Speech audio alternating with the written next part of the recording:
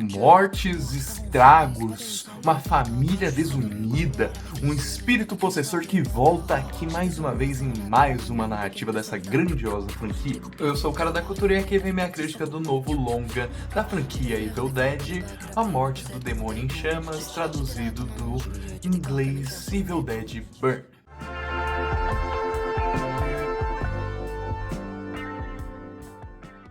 A Morte do Demônio em Chamas conta a história de Alice, a ex-esposa de Will, que logo de cara morre em circunstâncias misteriosas aqui no primeiro ato de Evil Dead, né, a novo Morte do Demônio em Chamas, e que justamente vai viver o luto com a família de seu ex-namorado esse tóxico, junto de uma família tóxica, né? Todo mundo aqui é tóxico no novo longa de Evil Dead. Afinal, será que ela conseguirá enfrentar esse luto ou será que tais circunstâncias misteriosas começarão a assombrar ela e essa tal família constantemente, até que eles resolvam tudo isso da maneira mais apropriada possível? Bom, aqui temos uma nova entrada na franquia, na grandiosa franquia, considerada por mim, talvez a minha favorita, muito provavelmente.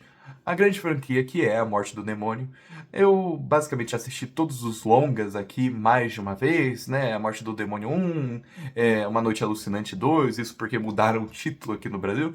Mas enfim, eu assisti Evil Dead 1, Evil Dead 2, Army of Darkness, assisti também A Morte do Demônio Ascensão, né? O Evil Dead Rise, o Evil Dead 2013. E aqui temos uma nova entrada, temos essa entrada que é o Evil Dead Burn, conhecido do original, aqui traduzido como A Morte do Demônio em Chamas, e mais uma vez, aqui temos reinvenções, novos estilos de direção nessa grandiosa franquia que é quase uma casa dos terrores para novos diretores. Mesmo sendo um temeroso fã da franquia de Evil Dead, eu já digo logo de cara que, sim, Evil Dead Burn é um bom filme.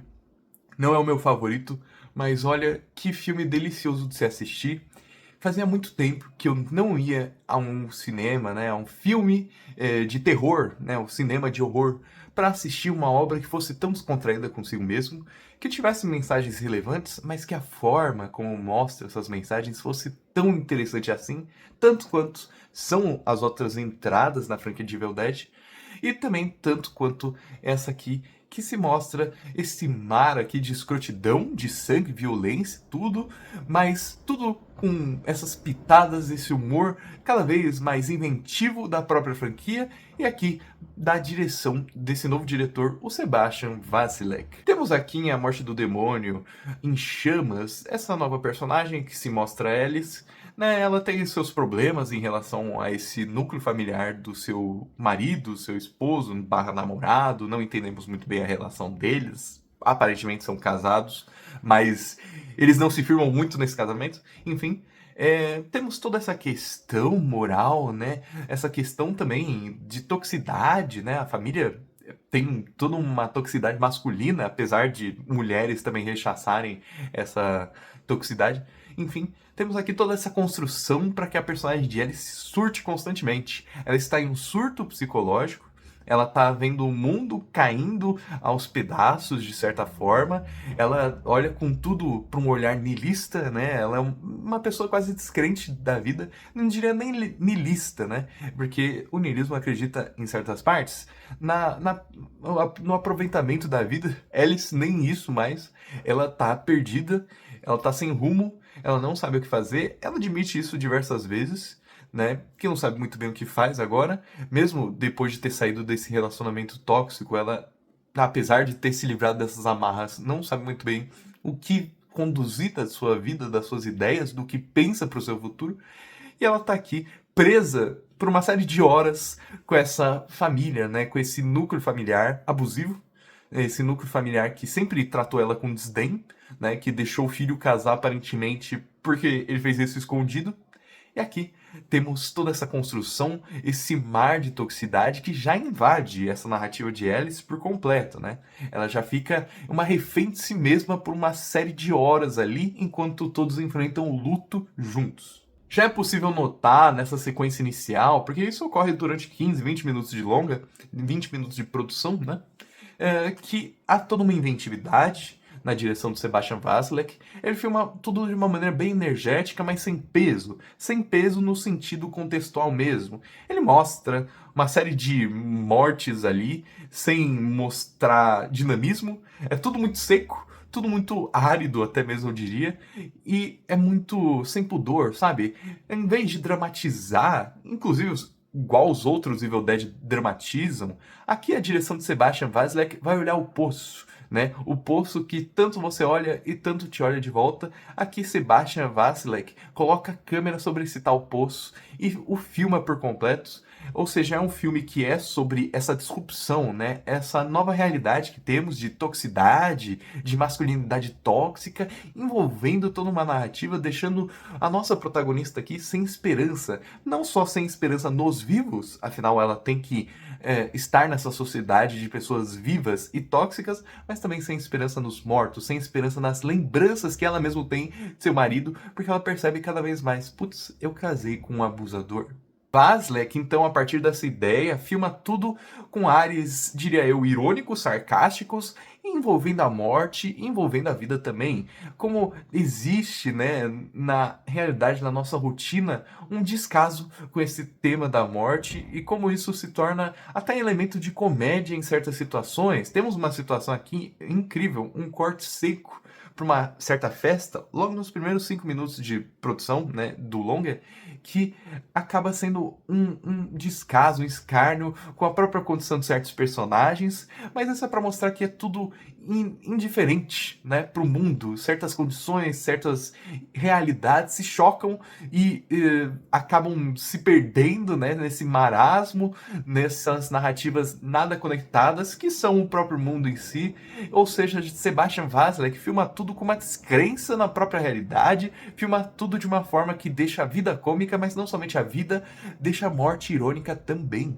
Eu acho muito interessante como essa descrença é tomada à parte, né? Todos os longas de Evil Dead têm certos elementos próprios. Eu diria que os 3 primeiros, né, são cada vez mais disruptivos, trazem elementos de comédia misturados com terror. É algo bem inventivo em questão de formato, né? Já a direção de 2013 de Fede Álvares, eu diria que é uma das minhas de menos preferência. Eu não gosto tanto assim da produção de 2013, da Morte do Demônio. É um filme que se foca no realismo, foca no choque, vem em certas condições que são daquela época específica, né, dos remakes dos anos 2000, e que eu de fato não gosto tanto assim. Eu acho que perde muito da inventividade, fica sangue pelo sangue, e Evil Dead não é só sangue pelo sangue, é a maneira como se filma tais cenas violentas. Também temos de Lee Cronin em 2023 Evil Dead Rise, né, Morte do Demônio e Ascensão, que acaba sendo um dos longas que resgata a parte da direção do próprio Sam Raimi, mas coloca nessas condições familiares, que mostra uma família, é quase uma história para quem gosta de quadrinhos, literatura, enfim, é quase uma história do Jeff Lemire, só que aqui adaptada aos moldes do que é a Morte do Demônio, fica sendo esse filme que é muito tocante, muito emocionante, mas que também sabe romper com esse grau emotivo. Eu gosto bastante também desse Evil Dead Ascensão, né, Evil Dead Rise. E aqui em Evil Dead Burn eu sinto algo completamente diferente, o que é sempre bom para uma franquia que sempre se propõe a ser diferente, que é, eu sinto aqui em A Morte do Demônio em Chamas um certo resgate de elementos do movimento cinematográfico Extremity French Movie Feature, enfim, é um movimento extremo gráfico francês. É um movimento que ficou lá por meio dos anos 2000 também, que envolvia mostrar cenas extremamente delicadas, pautas extremamente delicadas, de maneira pesada, de maneira que, de fato, cutuque a sociedade como um todo. Certos filmes como tais, né, como tais pilares desse movimento foram Martyrs, foram, diria eu, Spectre, tem diversos filmes, Invasores, né, Invaders também, muitos filmes nesse movimento extremo francês, né, que foi salientado por diversos diretores, enfim, e eu diria que Evil Dead em Chamas, né, vem nessas mesmas condições, se coloca, se sobrepõe nessas diversas realidades dos extremos graus de violência, para discutir uma realidade que hoje é pautada, a realidade hoje dessa toxicidade que o próprio filme coloca. Alice, interpretada pela Sohaila Yacob, ela acaba sendo essa personagem que tá nesse marasmo, que não sabe muito bem como se direcionar, que tá perdida, mas que tá até mesmo esquecida. Não sabemos muito sobre sua realidade, não sabemos de onde ela veio, né? Isso eu acho que é o principal charme dessa produção, porque diferente de outros Evil Deads, que conhecemos cada pormenores de quem aquelas pessoas são pelas suas interações antes, né, do tal grau escopo e sobrenatural tomar conta da narrativa por inteiro, aqui não conhecemos muito Alice, não sabemos quem ela é, e sabemos apenas que ela casou com um cara extremamente tóxico, que é o Will, que diria que nos seus poucos instantes em que ele está vivo é bem mais explorado, inclusive, que Alice, e que de fato toma parte da narrativa, mas toma essa parte da narrativa para mostrar como esse masculinismo é imposto, né, nessas pessoas, até o fato dele tomar a própria narrativa de Alice é um fator cômico que a própria direção do Sebastian Veslek alerta, né, atenta a, e que deixa tudo com esses graus de disrupção. Alice aqui é perdida e a própria Sohaila Yacob, ela atua com base nessa perdição, uma perdição que é moral, é emotiva, né? As emoções dela estão todas dispersas e que ela não sabe muito bem como se reconfigurar nessa nova sociedade, essa sociedade que você está livre do abuso, mas o que acontece depois do abuso?